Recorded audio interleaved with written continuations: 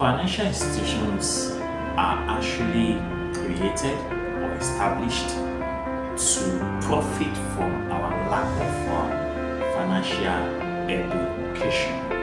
You see, in a capitalist economic system, financial education is indispensable, it is obligatory, it is compulsory, and it will actually build you in the area of building financial wealth or creating wealth in the society.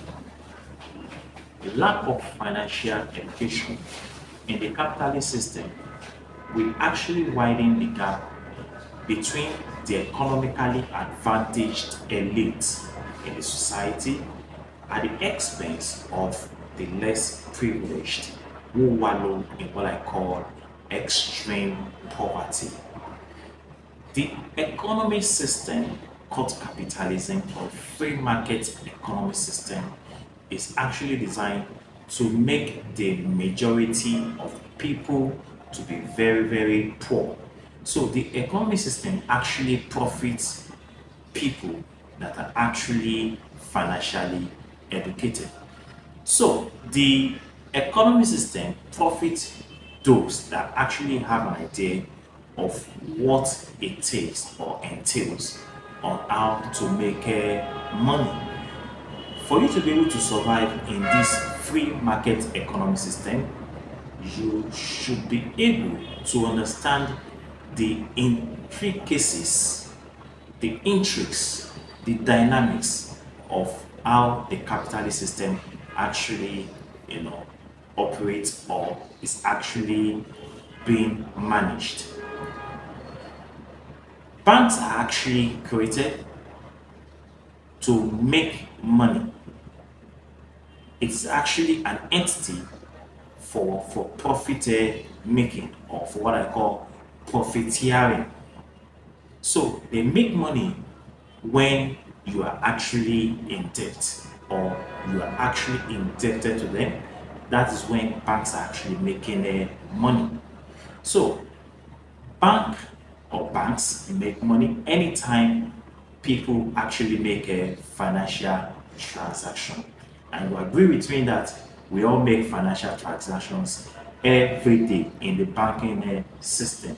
Either you are doing a transfer or somebody is sending money to you, or you are being given a loan, or you are doing one form of thing or the other in the bank system or activities. You are actually paying money every time you use financial transactions.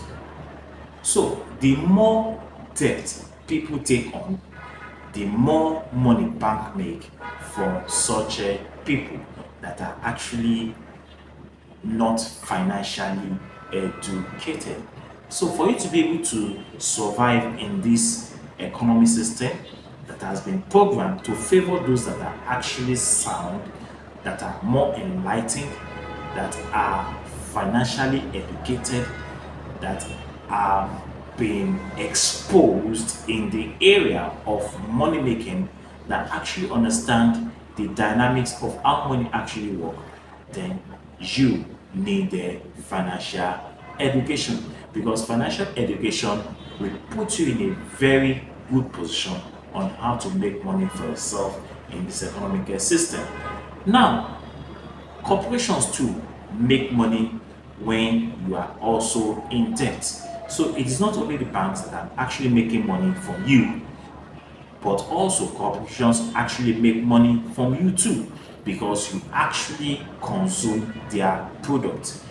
They make more money, they make profits when you actually buy their products. They actually love it when you spend their money and buy their stuffs.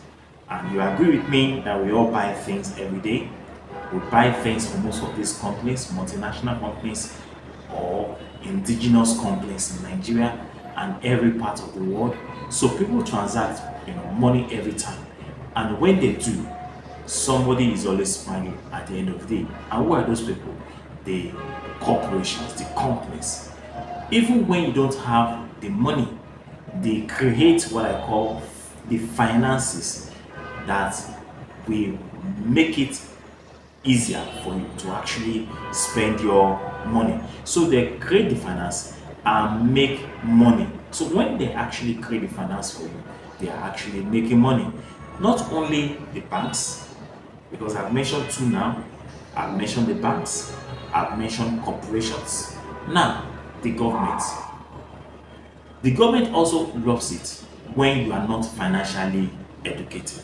In fact, this is exemplary in our own part of the world now, because right now people now realize that information is power, and for you to actually be able to survive in this political hegemony, in this monopolistic economical and political system that is hegemonic in nature, then you need to be educated. And that's why everyone, in fact, majority of the people in this part of our world now want what we call information.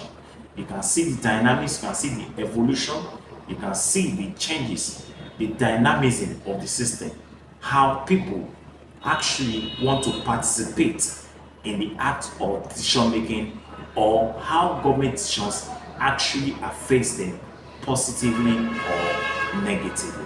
So the government also loves it when you are not financially educated. And when you are not financially educated, it means that you can be an employee or actually a consumer. If you are an employee in this system, you are being paid a salary at the end of the month. I'm not saying that being an employee is actually a cost, but when you are an employee and you are also a consumer, you are not creating what we call a value. And what makes you think and what makes you to be wealthy is when you create value in what? In this society. And that is why David Oniwis will put you through now actually create value for yourself in the society.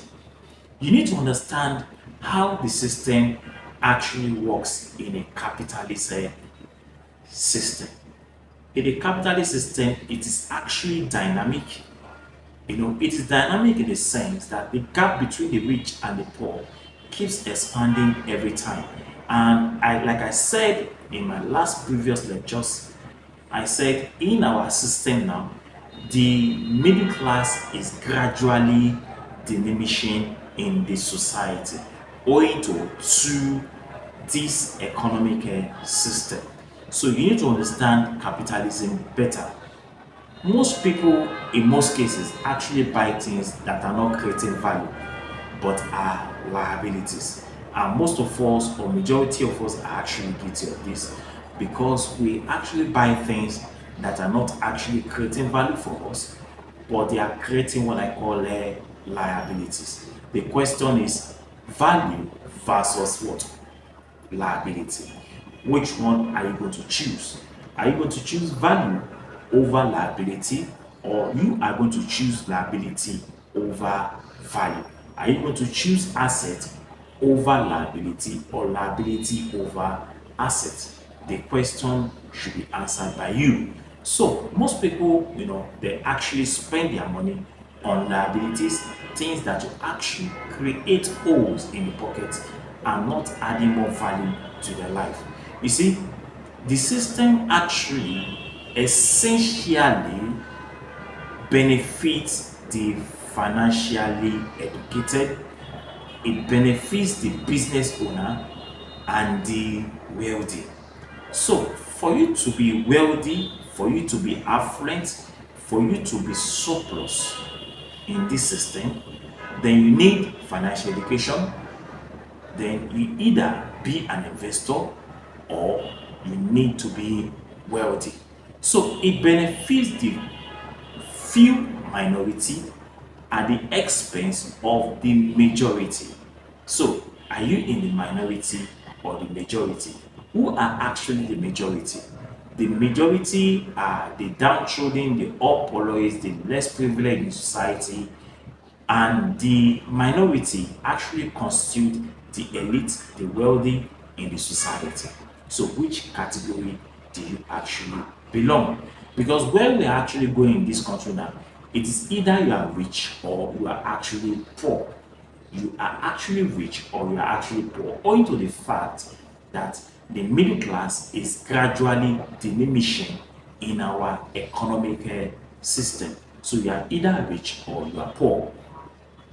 You see, a lot of us do not actually understand how the system works. And the school that we actually attend will not teach you how to make money. That is the problem. The school will not teach you that you need money. The school will not teach you how to make money. The school will not teach you the dynamics of money. The school will not teach you how money actually works. The school will not teach you how to actually build your wealth. The school will not teach you how to be rich.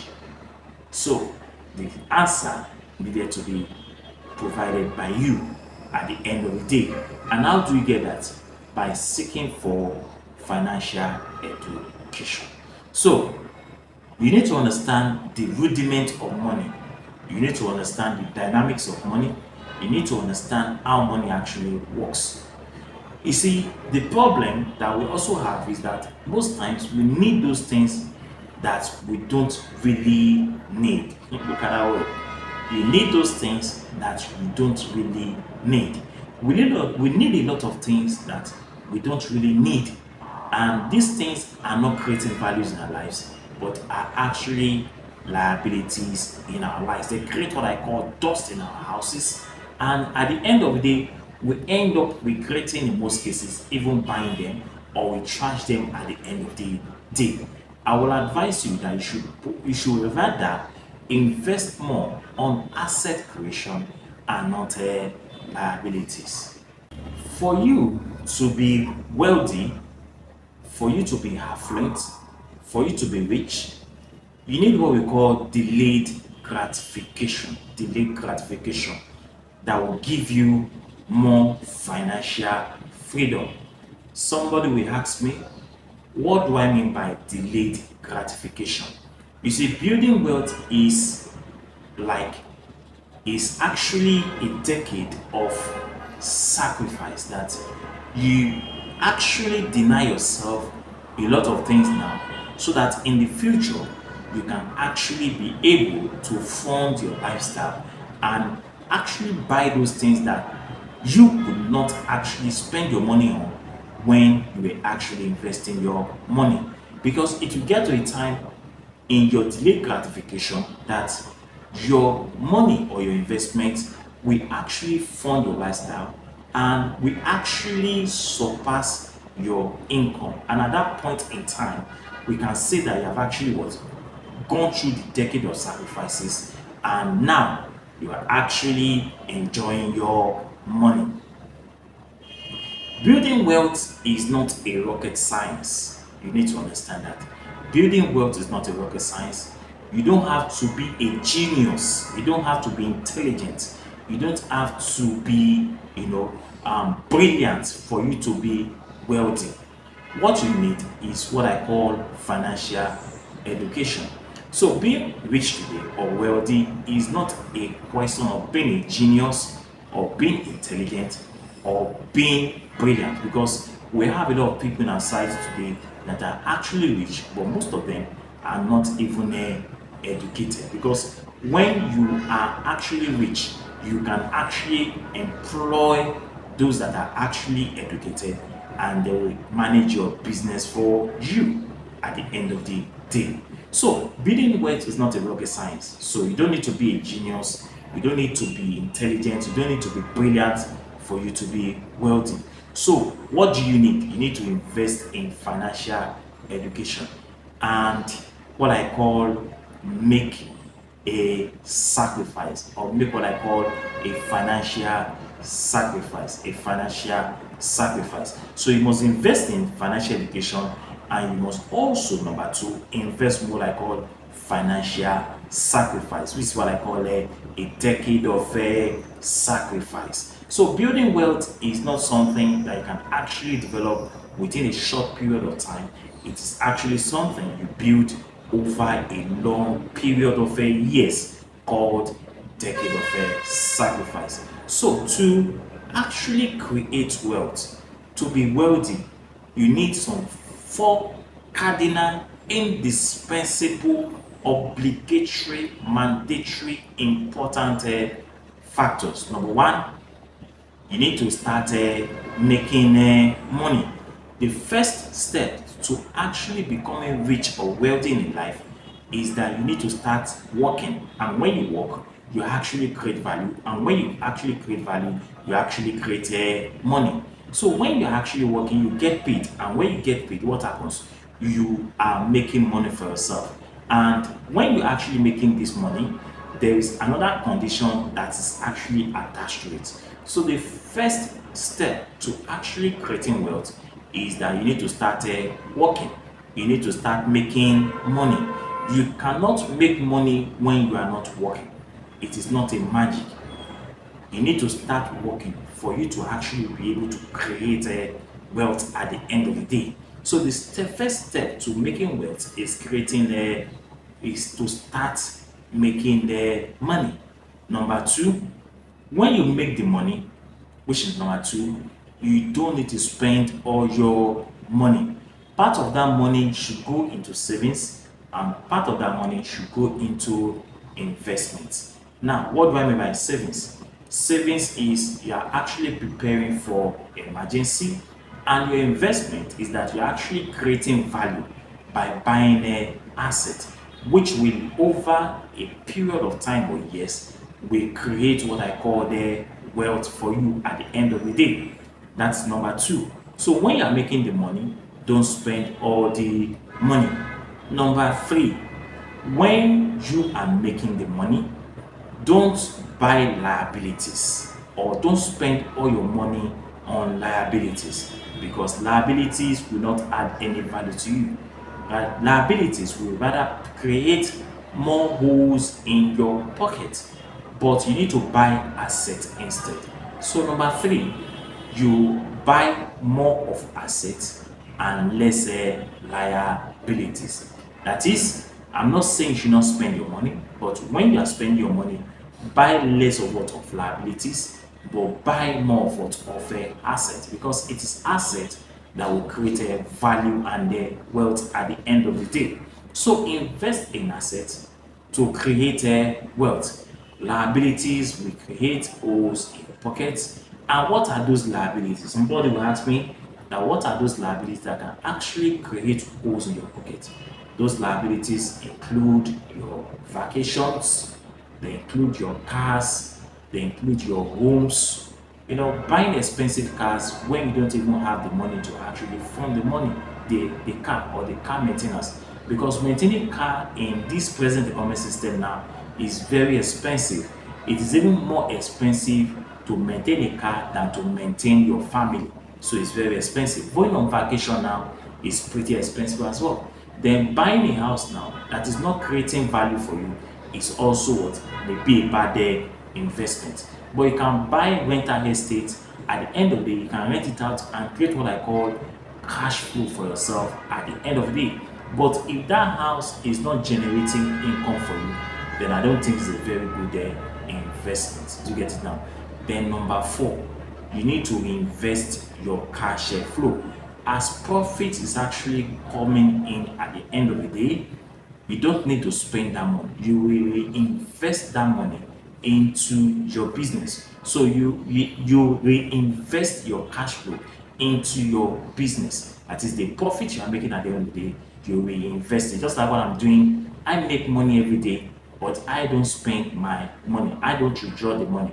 I rather reinvest the money into the business. So you need to make yourself rich before making other people rich. And how do you make other people rich? You make other people rich when you are actually buying their products, you buy their services, you are creating wealth for other people.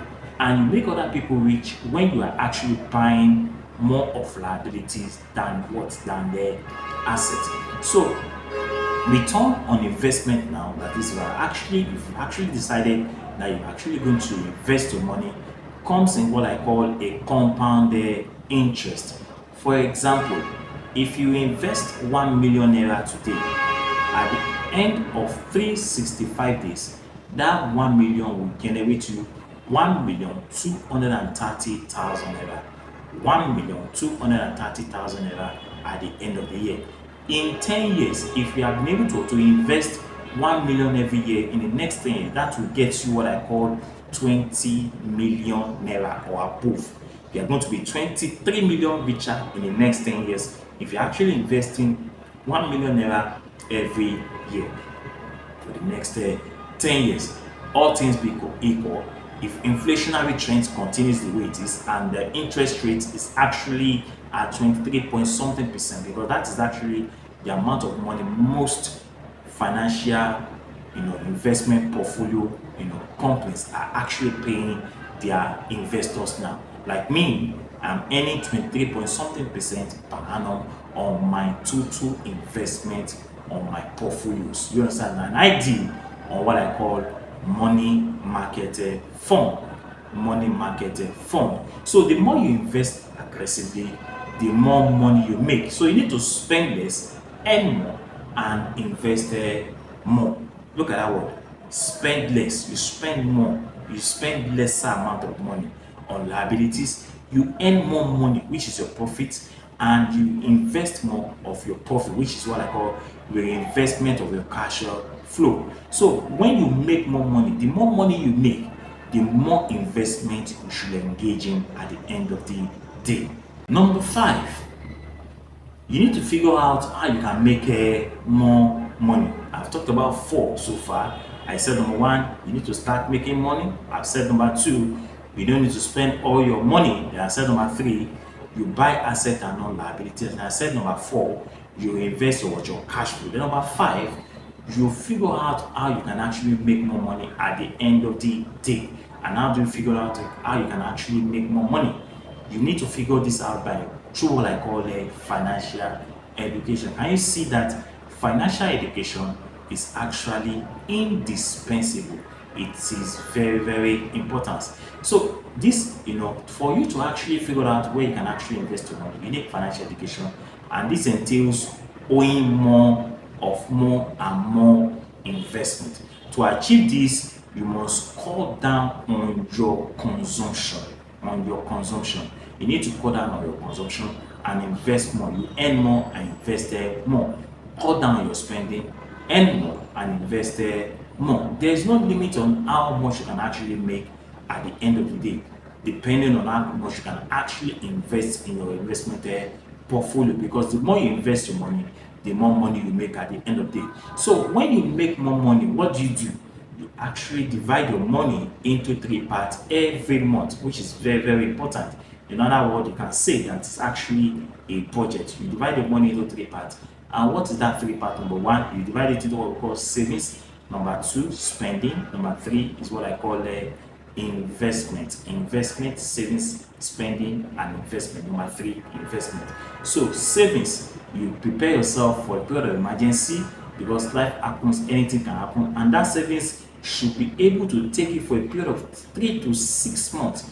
Even if you are not working again, you should be able to survive for 3 to 6 months, even if you are not working again. Then that your savings is for a period of emergency. So if you are actually saving your money for emergency, that means that in the first month, if there is no issue or emergency that comes up, you can still divert that money into your investment, or you save more money on top of that your savings for emergency, so that if anything happens, you should be able to survive for the next 3 to 6 months without doing anything. It is possible. Somebody will say, how is that possible? It is actually possible. Then your spending, we spend money every day. Part of your money should go for your spend, because you are going to spend money every day. You spend money every day.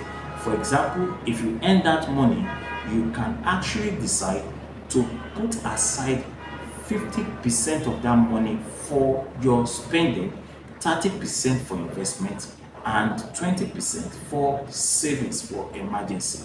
Then the investment is actually the most important at this point in time, because your investment will create what we call asset, your investment will create value, your investment will create wealth. It's a medium for wealth creation.